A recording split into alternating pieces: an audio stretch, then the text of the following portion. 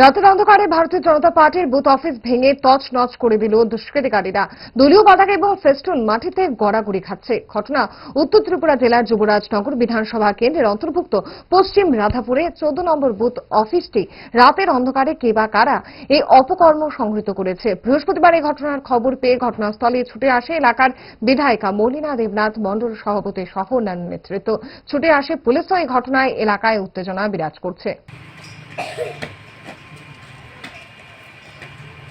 আমরা স্টাফটা সব মেনে দাঁড়িয়েছি এদিকে ওই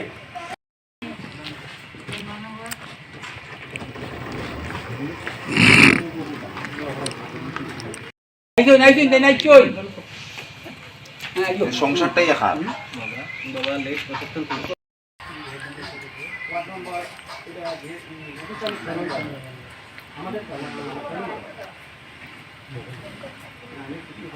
ডায়েট যতই রেস্ট্রিক্টেড হোক না কেন, ওয়েদারকে তো আর রুটিনে ফেলা যায় না। But if there is a problem, 5 দশক ধরে গ্যাস, অম্বল ও পেটের সমস্যা একমাত্র সমাধান গ্যাস নল।